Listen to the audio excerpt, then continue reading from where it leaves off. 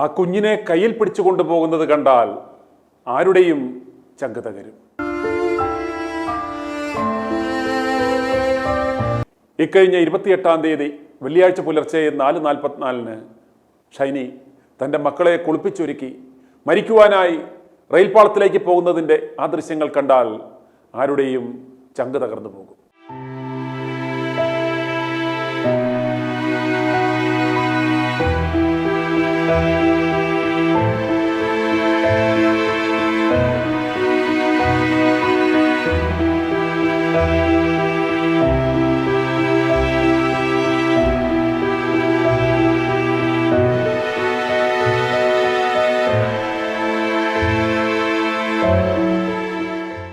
പള്ളിയിലേക്ക് പോകുന്നു എന്ന് പറഞ്ഞാണ് വീട്ടിൽ നിന്ന് ഷൈനി മക്കളെ കൂട്ടി ഇറങ്ങിയതെങ്കിലും ഷൈനി മക്കളോട് പറഞ്ഞിരിക്കണം, മക്കളെ നമ്മൾ മരിക്കുവാൻ പോവുകയാണെന്ന്.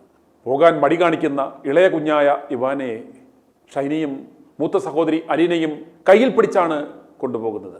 അപ്പോൾ കൂവി വിളിച്ച് ഹോൺ മുഴക്കിപ്പാഞ്ഞു വരുന്ന ആ ട്രെയിന് മുന്നിൽ ആ കുഞ്ഞുമക്കളെയും കൊണ്ട് ഷൈനി എങ്ങനെ നിന്നു എന്ന് നമുക്ക് സങ്കല്പിക്കുവാൻ പോലും സാധിക്കില്ല. മരിക്കുന്നതിന് തലേന്ന് കുട്ടികൾ സ്കൂളിൽ പോയിട്ട് ഉല്ലസിച്ച് വരുന്ന ദൃശ്യങ്ങൾ അടുത്ത വീട്ടിലെ CCTV-യിൽ പതിഞ്ഞമയും ഇപ്പോൾ പ്രചരിക്കുന്നുണ്ട്.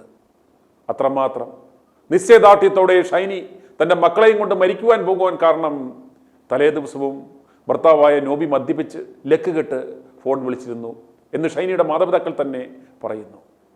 പോലീസ് ചോദ്യം ചെയ്തപ്പോൾ നോബി അത് സമ്മതിക്കുകയും ചെയ്തിട്ടുണ്ട്. മരിക്കുന്നതിന് തലേന്ന് 27-ാം തീയതി നോബി ഫോൺ വിളിച്ച് ഷൈനിയോട് കുഞ്ഞുങ്ങളെയും കൊണ്ട് നീ ഇരിക്കാതെ പോയി മരിച്ചൂടെ എന്ന് ചോദിക്കുകയും ഷൈനി നോബിയുടെ വീട്ടിൽ നിന്ന് ഇറങ്ങി വന്നതല്ല ഇറക്കി വിട്ടതാണെന്നും പിതാവായ കുര്യാക്കോസ് മാധ്യമങ്ങളോട് വെളിപ്പെടുത്തി. 2024 ജൂൺ 9-ാം തീയതി രാവിലെ മുതൽ വൈകുന്നേരം വരെ എൻ്റെ മകളെ അവിടെ വീട്ടിലിട്ട് ചവിട്ടി കൂട്ടി അടിച്ചിട്ട് അവരുടെ തന്നെ കസിൻസ് അവരുടെ അപ്പനെ ക്യാൻസർ ആയിട്ടിരിക്കുന്ന പുള്ളീനെ കാണാനായിട്ട് അവിടെ വന്നവരാ. അവരുടെ കാങ്കിയിട്ട് ഹാളിനകത്തിട്ട് ചവിട്ടിയിട്ട് അവർ ഇവിടെ വന്ന് രാത്രി 8:30 മണിക്ക് ശേഷം എന്നോട് പറഞ്ഞിട്ട് അവർ പറഞ്ഞതനുസരിച്ച് ഞാനൊരു വണ്ടിയും പിടിച്ച് അവിടെ ചെന്ന് രാത്രി 12:30 മണിക്ക് ആ ചുങ്കംപള്ളിയുടെ പുറയിലെ ഈ എൻ്റെ മകളുടെ ഭർത്താവിൻ്റെ അനിയൻ്റെ വീടിൻ്റെ വാതക്കേന്ന് ഒരു കുഞ്ഞിനെയും എൻ്റെ മകളെയും കൂടെ ഞാൻ കൂട്ടിക്കൊണ്ട് പോരുക. അവിടുന്ന് നേരെ ഞാൻ പോയത് തൊടുപുഴ വനിതാ സെല്ലിലാണ്. അവിടെയുണ്ട് പരാതി രജിസ്റ്റർ ചെയ്തിട്ടുണ്ട്. അവിടെ തന്നെ അവിടെ പോലീസ് സ്റ്റേഷനിൽ പരാതിയുണ്ട്, അവിടെ രജിസ്റ്റർ ചെയ്തിട്ടുണ്ട്.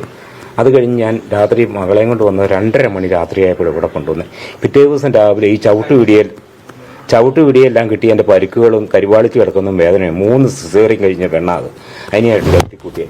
അപ്പോൾ അതിനെ കൊണ്ട് ഞാൻ ഏറ്റുമാനൂർ ഗവൺമെൻറ് ആശുപത്രിയിൽ പോയി. അവിടുത്തെ ലേഡി ഡോക്ടർ നിങ്ങൾ ഇതിന് തിരക്കി വേണം. അവിടുത്തെ ലേഡി ഡോക്ടർ മെയിനുള്ള പുള്ളിക്കാരത്തി എന്നെ പുറത്ത് നിർത്തിയിട്ട് അവിടെ വസ്ത്രങ്ങളെല്ലാം മാറ്റിയിട്ട് അവിടെ പരിശോധിച്ചിട്ട് പുള്ളിക്കാരത്തി ഇറങ്ങി വന്ന് എന്നോട് പറഞ്ഞു ഇത് ഇൻറ്റിമേഷൻ കൊടുക്കേണ്ട കേസാണെന്ന് പറഞ്ഞു. ആ ഇൻറ്റിമേഷൻ ഏറ്റുമാനൂർ പോലീസ് സ്റ്റേഷനിലേക്ക് തൊട്ട് താഴെ നടന്നു ചെല്ലാനേ ഉള്ളൂ. അവിടെ ചെന്ന ഇൻറ്റിമേഷൻ 15 ദിവസം ആരുടെയോ സമ്മർദ്ദത്താൽ താമസിപ്പിച്ചു. ഞാൻ ഇവിടെ ചെല്ലുമ്പോൾ പറയും അങ്ങോട്ട് വിട്ടെന്ന് പറയും, തൊടുപുഴ ചെന്ന് ചോദിക്കുമ്പം കിട്ടിയില്ലെന്ന് പറയും. അങ്ങനെ 15 ദിവസം താമസിച്ചാണ് ആ FIR ഉണ്ടാകുന്നത് തന്നെ. ആ FIR-ന് ശേഷമാണ് ഒരു മകസർ എഴുതാനും. അപ്പോൾ അതിനൊക്കെ ഞാൻ എത്ര പ്രാവശ്യം തൊടുപുഴയ്ക്കും ഇവിടെയായിട്ട് എൻ്റെ മകളെയായിട്ട് നടന്നറിയും. എന്നിട്ടാണ് ഇതാകുന്നത്. വീണ്ടും ഞാൻ ഇവിടെ വന്നിട്ട് ഫാമിലി കോർട്ടിലെ എൻ്റെ മകൾക്കും പിള്ളേർക്കും ജീവനാംശം കിട്ടുന്നതിനും ഞാൻ കൊടുത്ത ഡെവറിയും സ്വർണവും തിരിച്ചു കിട്ടാനും വേണ്ടിയിട്ട് കേസ് കൊടുത്തിട്ടുണ്ട്. ആ കേസിൻ്റെ 4 അവധിക്കും ഇവർ നോട്ടീസ് കൈപ്പറ്റുവോ വരുവോ ചെയ്തിട്ടില്ല. 4ാമത്തെ അവധിക്ക് ഈ എൻ്റെ മകളുടെ ഭർത്താവ് സ്ഥലത്തുണ്ടായിരുന്നു, എന്നിട്ട് പോലും വന്നില്ല. അതിലില്ല അവൾക്ക് ഒത്തിരി. എന്നിട്ട് അവൾ കൂട്ടുകാരോടൊക്കെ പറഞ്ഞിട്ടുണ്ടെന്ന് പറയും ഇതൊന്നും ഒരു കാലത്തും തീരിയല്ല, എനിക്ക് പണിയും കിട്ടിയല്ല, എൻ്റെ കാര്യം ഇതാ. വേറെ അവൾ എന്നിട്ട് എൻ്റെ മക്കളൊക്കെ 1 ലക്ഷം രൂപ ഫീസ് വരെ അടച്ചിട്ടുള്ള N+6 പരീക്ഷ എഴുതാൻ. അത് ഓൺലൈനിൽ കൂടെ ഉള്ളത് ഇവിടെ ഇരുന്ന് വാട്സപ്പിന് ഈ ഇതിനകത്ത് ലാപ്ടോപ്പും ഒക്കെ വെച്ചിട്ട് ഞാൻ വൈഫൈ എടുത്ത് കൊടുത്ത് പഠിച്ചെല്ലാം നോട്ട് എഴുതി വെച്ചിരിക്കുക. അതിനന്നേരം അവൾ കർണാടകത്തിലാണ് BSc നഴ്സിംഗ് പഠിച്ചത്, ഹൈദരാബാദിലാണ് GNM പഠിച്ചത്. അതിന് ഡാറ്റ ഫ്ലോ ചെയ്താണ്ട് സർട്ടിഫിക്കറ്റ് കിട്ടാൻ ചോദിക്കും ഒരാഴ്ച 2 ആഴ്ച മാസങ്ങളായി അത് കിട്ടുന്നില്ല. അത് കിട്ടിയാലേ അത് ചെയ്യാൻ വാട്സപ്പിലെങ്ങാണ്ട് വിളിച്ചെന്നല്ലേ ഇപ്പൊ പറയുന്നത്. പോലീസ് അവൻ തന്നെ സമ്മതിച്ചിട്ടുണ്ടെന്ന് പറയുന്നു. പിന്നെ ഞാൻ ഇപ്പം അവരെന്നോട് SI ഏറ്റുമാനൂരിൽ നിന്ന് വിളിച്ച് പറഞ്ഞത് അവരിവിടെ വന്നിട്ട് എൻ്റെ ഭാര്യയോട് ഒരു പരാതി കൂടെ എഴുതി മേടിച്ചു. എന്നിട്ട് 9 മാസം മുമ്പത്തെ പരാതി കൂടെ വെച്ചിട്ട് ഇപ്പം അവർ കേസ് പോയിരിക്കുന്നെന്നും അവനെ അറസ്റ്റ് ചെയ്തെന്നും എന്നൊക്കെ SI വിളിച്ച് ഇങ്ങോട്ട് പറഞ്ഞത്. വിവാഹമോചന കേസിൽ സഹകരിക്കില്ലെന്ന് നോബി പറഞ്ഞതായും കുട്ടികളുടെ ചെലവിനുള്ള പണം തരില്ലെന്നും സ്ത്രീധനമായി നൽകിയ പണവും സ്വർണവും തിരികെ തരില്ലെന്നും ഷൈനിയോട് പറഞ്ഞത് പോലീസിന്റെ ചോദ്യം ചെയ്യലിൽ നോബി സമ്മതിച്ചിട്ടുണ്ട്. ആത്മഹത്യാ പ്രേരണ കുറ്റം കൂടാതെ ഗാർഹിക പീഡന കേസ് കൂടി നോബിക്കെതിരെ എടുക്കുമെന്ന് പോലീസ് അറിയിച്ചിട്ടുണ്ട്. കുടുംബക്കാരും ബന്ധുക്കളും അയൽക്കാരും മാത്രമല്ല, പ്രതിയായ നോബി പോലും കുറ്റമെല്ലാം ഏറ്റുപറഞ്ഞ സാഹചര്യത്തിലാണ് ഇന്നലെ ഒരു യൂട്യൂബറെ ഇറക്കി സഭയെ വെളുപ്പിക്കുവാനും ഷൈനിയുടെ മാതാപിതാക്കൾക്കെതിരെ കാര്യങ്ങൾ തിരിക്കുവാനുമുള്ള ആ ശ്രമമുണ്ടായത്. ആ യൂട്യൂബറെ കാളകൂടം വിഷക്കലർത്തൽ ഒരു പരിധിവരെ അവർ ഉദ്ദേശിച്ചതുപോലെ ലക്ഷ്യം കണ്ടു എന്ന് വേണം കരുതാൻ. ആ വീഡിയോയിലെ യൂട്യൂബറുടെയും പാതിരുടെയും വാക്കുകളുടെ ചുവട് പിടിച്ച് സഭയുടെ അടിമകളായ അനേകം യൂട്യൂബർമാർ ഷൈനിയുടെ മാതാപിതാക്കളുടെ മുഖത്ത് സങ്കടമൊട്ടുമില്ലായിരുന്നു. അപ്പൻ ചിരിച്ചു, മക്കൾ മരിച്ച് ഒരാഴ്ച തികയുന്നതിന് മുമ്പ് തന്നെ ഇവർക്കെങ്ങനെ ഇപ്രകാരം ചിരിക്കാൻ സാധിക്കും, അവർ ദുഷ്ടരാണ് എന്നൊക്കെയുള്ള തരത്തിൽ വീഡിയോകൾ ഉണ്ടാക്കി സഭയുടെ വാട്സാപ്പ് ഗ്രൂപ്പുകളിൽ ഇടുകയും അനേകം കുഞ്ഞാടുകൾ ഇത് കാണുകയും ചെയ്തു. അവർ ഉദ്ദേശിച്ചതും ഇതൊക്കെ തന്നെയാണ്. അറ്റ്ലീസ്റ്റ് കൂടെ നിൽക്കുന്ന കുഞ്ഞാടുകളെയെങ്കിലും കൺഫ്യൂസ് ചെയ്യിക്കുക. കുഞ്ഞാടുകളെ സാധാരണ ഇത്തരം സംഭവങ്ങൾ ഉണ്ടാകുമ്പോൾ കൺഫ്യൂസ് ചെയ്യിക്കുന്ന പോലെ തന്നെ ഇത്തവണയും അവർ ആശയക്കുഴപ്പത്തിലാക്കി. സഭയുടെ അനുകൂലികളായ യൂട്യൂബർമാർ ആദ്യഘട്ടത്തിൽ സഭയെ വെളുപ്പിക്കുവാൻ ശ്രമിച്ചുവെങ്കിലും ഞങ്ങൾ കൃത്യമായ വിവരങ്ങൾ പുറത്തുവിട്ടതോടുകൂടി കൂടുതൽ വെളുപ്പിക്കുവാൻ നിന്നാൽ നാറും എന്ന് മനസ്സിലാക്കി അവർ സ്വയം പിന്മാറി സത്യത്തിനൊപ്പം നിന്നു. ഇടയ്ക്ക് ഒരു ചെറിയ ഗ്യാപ്പ് കിട്ടിയപ്പോൾ ഷൈനിയുടെ മാതാപിതാക്കളുടെ നേരെ ആരോപണം തിരിക്കാം എന്നൊരു പ്രതീതി ഉണ്ടായപ്പോൾ ഇതേ യൂട്യൂബർമാർ യാഥാർത്ഥ്യത്തെ എടുത്ത് വട്ടം മറിക്കുവാൻ ഒരു ശ്രമം നടത്തി. പക്ഷേ അതും പാളി. ഇന്നലെ മുതൽ മുഖ്യധാരാ മാധ്യമങ്ങളിലെ അന്തിച്ചർച്ച തൊഴിലാളികൾ ഈ വിഷയം ചർച്ച തുടങ്ങിയിട്ടുണ്ട്. അവരുടെ അജണ്ട സഭയുടെ പങ്കിനെക്കുറിച്ച് കാര്യമായ തെളിവില്ല എന്ന് ഒരു സ്ഥാപിച്ചെടുക്കലാണ്. യഥാർത്ഥത്തിൽ ഷൈനിയുടെ കുടുംബാംഗങ്ങൾ വെറും സാധുക്കൾ എന്ന് പറയുന്നതിലും യാതൊരു പ്രാപ്തിയുമില്ലാത്തവർ എന്ന് പറയുന്നതാവും ശരി. ഷൈനിയെ 12 വർഷക്കാലം ആ വീട്ടിലിട്ട് ചവിട്ടിത്തൂത്ത് നാഭിയും ചവിട്ടിക്കലക്കി പാതിരാത്രി ഇറക്കി വിട്ടപ്പോൾ അവൾക്കൊരു കൈക്കെല്ലുള്ളൊരു അപ്പനോ ആങ്ങളമാരോ ഉണ്ടായിരുന്നുവെങ്കിൽ, അവൻ്റെ വീട്ടിൽ കയറി 2 പൊട്ടിക്കുവാൻ പ്രാപ്തി ഉണ്ടായിരുന്നവർ ഉണ്ടായിരുന്നുവെങ്കിൽ, അവൻ വീണ്ടും കയ്യോ കാലോ അവളുടെ നേരെ പൊക്കുവാൻ ശ്രമിക്കുമ്പോൾ 2 പ്രാവശ്യം ആലോചിക്കുമായിരുന്നു. നമ്മളൊരു യാഥാർത്ഥ്യം മനസ്സിലാക്കണം. നമ്മുടെ നാട്ടിൽ ഏത് സമുദായത്തിലോ ജാതിയിലോ ഉള്ളവരായിക്കൊള്ളട്ടെ, ഒരു പെണ്ണിനെ കല്യാണം കഴിച്ചു വിട്ടാൽ അവൾക്ക് പിന്നെ അവളുടെ സ്വന്തം വീട്ടിൽ യാതൊരു സ്ഥാനവുമില്ല. സ്ത്രീധനമായി പണമോ സ്വർണമോ ഓഹരിയോ കൊടുത്തു വിട്ട് കഴിഞ്ഞാൽ പിന്നെ ആ ഇടപാട് കഴിഞ്ഞു. പിന്നെ അവൾ ഒരു ബാധ്യതയാണ്. ലാഭകരമായി അവളെ എങ്ങനെ കൈയൊഴിയാം എന്നതാണ് ഒരു ശരാശരി വീട്ടുകാരുടെ ചിന്ത. ചിലപ്പോൾ രക്ഷപ്പെടും, ചിലപ്പോൾ പാളിപ്പോകും. ഒരുമാതിരി റമ്മുകളി മാതിരി. ഏതെങ്കിലും ഒരു കുടുംബ പ്രശ്നവുമായി അവൾ വീട്ടിൽ വന്നു നിന്നാൽ മാതാപിതാക്കൾക്ക് ആദിയാണ്. കെട്ടിച്ചു വിട്ട പെണ്ണ് വീട്ടിൽ വന്നു നിന്നാൽ നാട്ടുകാർ എന്നാ കരുതും? അവർ പെൺമക്കളോട് പറയും, നീ ഒരു പെണ്ണാണെന്ന് ഓർക്കണം. അല്പം സഹിച്ചും ക്ഷമിച്ചും കണ്ടില്ലെന്നും കേട്ടില്ലെന്നും ഒക്കെ നടിച്ച് ജീവിക്കാൻ പറ്റൂ. മക്കളെ ഓർത്തെങ്കിലും. ഞങ്ങളെന്ന് അങ്ങനെയൊക്കെയായിരുന്നു, ഇന്ന് ഇങ്ങനെയൊക്കെയാണ്. അതുകൊണ്ട് നീ അധികം വിളച്ചിലെടുക്കാതെ പെട്ടെന്ന് നിന്റെ വീട്ടിൽ പോകാൻ നോക്കണം എന്ന്. ആ പെണ്ണിനെ സംബന്ധിച്ചിടത്തോളം അവൾക്ക് വിദ്യാഭ്യാസമുണ്ടെങ്കിലും കാര്യമായ വിവരമോ കാര്യപ്രാപ്തിയോ ലോകപരിചയമോ ഉണ്ടാവില്ല. പ്രശ്നങ്ങളെ അഭിമുഖീകരിക്കുവാനുള്ള ധൈര്യവും കാണില്ല. സഹായിക്കുവാനും സ്വന്തം കൂടപ്പുറപ്പുകൾ പോലും കൂടെ കാണില്ല. ഇനി എന്തെങ്കിലും സഹായിച്ചാൽ അവൾ ഇവിടെങ്ങാനും നിന്നുപോയാൽ അടുത്ത ബാധ്യതയാകുമല്ലോ എന്ന് അവർ ഭയപ്പെടും. നിനക്ക് തരാനുള്ളതൊക്കെ തന്നു കഴിഞ്ഞതാണ്, നീ വണ്ടി വിട്ടോളാൻ അങ്കളമാർ പറയും. സ്ത്രീധനമായി നൽകിയ സ്വത്തുക്കളെല്ലാം ഇതിനോടകം ഭർത്താവിൻ്റെയും വീട്ടുകാരുടെയും കയ്യിലായിട്ടുണ്ടാവും. അവർ അത് ചിലവാക്കിയിട്ടുമുണ്ടാവും. മരിക്കാൻ പേടിയുള്ളത് കൊണ്ട് അവർ സഹിച്ചും ക്ഷമിച്ചും എങ്ങനെയെങ്കിലും ശിഷ്ടജീവിതം തള്ളി നീക്കും. ഇതാണ് നമ്മുടെ ഒരു ശരാശരി അവസ്ഥ.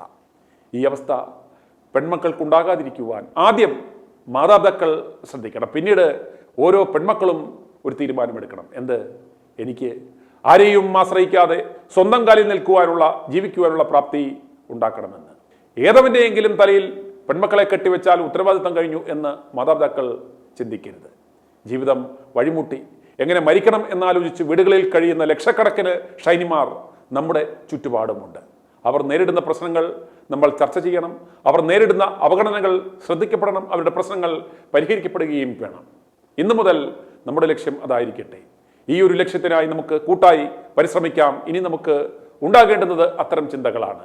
ഇന്ന് രാവിലെ USA-യിൽ നിന്നും ITV ന്യൂസിന്റെ പ്രേക്ഷകയായ എലിസബത്ത് എനിക്ക് അയച്ചൊരു സന്ദേശം കേൾക്കുക. എനിക്കിപ്പോൾ 64 വയസ്സുണ്ട്.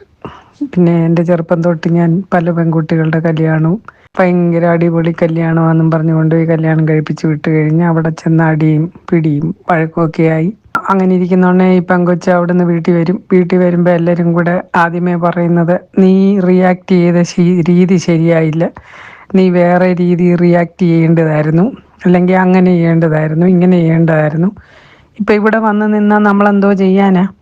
അതും പറഞ്ഞ് 2 ദിവസം കഴിയുമ്പോൾ ഈ അപ്പൻ ഈ മോളെ കൊണ്ടുപോയി അവിടെ കൊണ്ടുവിട്ടേച്ച് പോരും.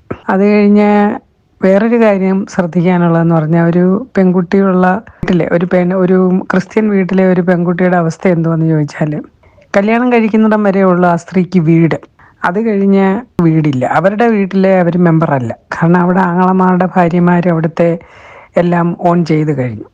പിന്നെ ഈ കല്യാണം കഴിഞ്ഞ് വരുന്ന വീട്ടിൽ ഒരിക്കലും നമുക്ക് ആ സ്ഥാനം തരികയുമില്ല. അപ്പോൾ അങ്ങനെ ഇല്ലാത്ത ഒരവസ്ഥയിലാണ് ഒരു കല്യാണം കഴിഞ്ഞ പെണ്ണ് ജീവിക്കുന്നത്. ഈ ഹിന്ദുക്കൾക്കും മുസ്ലിംസിനുമുള്ള ഗുണം എന്താണെന്ന് ചോദിച്ചാൽ, അവർക്ക് കല്യാണം നടത്തുമ്പോൾ എന്തെങ്കിലുമൊക്കെ ചെയ്തു കഴിഞ്ഞാലും അവർക്ക് ആ വീട്ടിലും ഒക്കെ അവകാശങ്ങളുണ്ട്. ക്രിസ്ത്യൻസിന് ആ അവകാശം ഇല്ല. പിന്നെ അല്ലെങ്കിൽ ഇനിയും അപ്പന്മാരും വലിയപ്പന്മാരും ഇതൊന്നും തരാൻ തയ്യാറല്ല. അല്ലെങ്കിൽ പിന്നെ ഇനി നമ്മൾ കേസ് പറഞ്ഞ് വാങ്ങിക്കണം. അപ്പോൾ മോസ്റ്റ് ഓഫ് ദി പെൺപിള്ളേർ വിചാരിക്കും തന്തയ്ക്കും തള്ളയ്ക്കും ഇടയ്ക്ക് വയസ്സുകാലത്ത് ഇനി അവർക്കെതിരെ കേസ് കൊടുത്ത് നമ്മൾ പ്രശ്നം ഉണ്ടാക്കാനൊന്നും പോകണ്ട, അതുപോലെ അങ്ങനെയൊന്നും അവകാശമൊന്നും വാങ്ങിച്ചിട്ട് കാര്യമൊന്നുമില്ല. പക്ഷെ അതാണ് ഒരു കല്യാണം കഴിച്ച ക്രിസ്ത്യൻ പെൺകുട്ടി സ്വന്തമായിട്ട് ജോലിയൊന്നും ഇല്ലാത്ത ഒരാളാണെങ്കിൽ അതിന് പോകാനൊരു സ്ഥലമില്ല. അതാണ് പ്രശ്നം. അപ്പം അതും പ്രത്യേകിച്ച് നമ്മുടെ ഇന്ത്യ പോലുള്ള ഒരു രാജ്യത്ത് ഈസി ആയിട്ട് ജോലി കണ്ടുപിടിക്കാനും പറ്റില്ല. അത് ഇപ്പം ഞാൻ US നിന്ന് ഈ സുനിലിനെ ഇപ്പോൾ വിളിച്ചേക്കണത്. ഇപ്പം ഇവിടെയൊക്കെയാണ് എന്തെങ്കിലും ചെയ്ത ഒരാളിന് ജീവിക്കാൻ പറ്റും. എന്തെങ്കിലും ചെയ്തെന്ന് പറഞ്ഞാൽ ഒരു കടയിൽ പോയി നിന്നാലും അറ്റ്ലീസ്റ്റ് ജീവിക്കാനുള്ള പൈസ കിട്ടും. അപ്പോൾ ഇത് വലിയ കഷ്ടമായി പോയി. ആ ഒരു പെങ്കൊച്ചിൻ്റെ 2 പിള്ളേരുടെയും കാര്യം ഓർക്കുമ്പോൾ വലിയ വിഷമമാണ്. എന്ത് ചെയ്യാം? ഒന്നും ചെയ്തു കൊടുക്കാൻ പറ്റിയില്ല. നമ്മൾ ഓരോരുത്തരും ഇതിന് ഉത്തരവാദികളാണ്. കാരണം ഒരു കുട്ടി ഒരിടത്ത് മരിക്കുന്നിടം വരെ നമ്മൾ ആരും അറിഞ്ഞില്ല. ചുറ്റുപാടുള്ളവരും ഒന്നും ചെയ്തില്ല. അവർക്കെല്ലാം വിളിച്ചു പോകുന്നതും കരച്ചിലും ഒക്കെ കേൾക്കായിരുന്നു എന്നൊക്കെ പറയുന്നു. പഞ്ചായത്ത് പ്രസിഡന്റ് അത് അറിഞ്ഞായിരുന്നെന്ന് പറയുന്നു. ആരൊക്കെ എന്ത് പറഞ്ഞാൽ ആരും ഒന്നും ചെയ്തില്ല. കാരണം തീർച്ചയായും എനിക്കറിയാം ഭർത്താവിൻ്റെ വീട്ടിൽ ബുദ്ധിമുട്ടായിരുന്നു. അതുപോലെ തന്നെയുള്ള ബുദ്ധിമുട്ടുകളൊക്കെ സ്വന്തം വീട്ടിലും ഉണ്ടായിട്ടുണ്ടാവും. കാരണം സ്വന്തം വീട്ടിൽ അപ്പനും അമ്മയ്ക്കും ഈ കല്യാണം കഴിച്ച കുട്ടി അവിടെ വന്ന് നിൽക്കുന്നതിനോട് താല്പര്യം ഉണ്ടാവില്ല. അതാ എന്ന് വിചാരിച്ച് അവരെന്തെങ്കിലും ചെയ്ത് കൊന്നൊന്നും ഞാൻ വിചാരിക്കുന്നില്ല. മരിക്കാൻ വേണ്ടി അവരൊന്നും പറഞ്ഞും കാണത്തില്ല. പക്ഷെങ്കിൽ എന്തെങ്കിലുമൊക്കെ അൺപ്ലസൻ്റ് ആയിട്ടുള്ള സിറ്റുവേഷൻസ്, കാരണം കുട്ടികൾക്ക് ഫീസ് കൊടുക്കണം, വളർന്നു വരുന്ന പെൺകുട്ടികളാണ്, അവരുടെ ആവശ്യങ്ങളുണ്ട്. ഓരോ ദിവസവും അവരോരോ ദിവസവും വളർന്നുകൊണ്ടിരിക്കും. അതിനനുസരിച്ചുള്ള എല്ലാം ചെയ്തു കൊടുക്കണം. അപ്പം ഈ സ്ത്രീയെ ഒരു വഴിയുമില്ലാതെ മരിച്ചതാണ്. കാരണം അവരെ കൊണ്ട് ഒക്കുന്ന പോലൊക്കെ അവർ ശ്രമിച്ചു. അത് കഴിഞ്ഞ് വെളുപ്പിനെ എന്നും 5:30 പള്ളിയിൽ പോകുമെന്ന് പറഞ്ഞു. അവർ പ്രാർത്ഥിച്ച ദൈവവും അവർ പറയുന്ന ഒന്നും കേട്ടില്ല. കഷ്ടമായി പോയി. എന്ത് ചെയ്യാം? ഷൈനിയുടെയും കുഞ്ഞുങ്ങളുടെയും അവസ്ഥ ഇനി ആർക്കും ഉണ്ടാകാതിരിക്കുവാൻ നമുക്ക് എന്ത് ചെയ്യുവാൻ സാധിക്കും? അത്തരത്തിലുള്ള ചർച്ചകളാണ് ഇനി നമുക്ക് ഉണ്ടാകേണ്ടുന്നത്. i2i News, an eye for truth. i2i News subscribe ചെയ്തിട്ടില്ലാത്തവർ ഇപ്പോൾ തന്നെ സബ്സ്ക്രൈബ് ചെയ്യുക.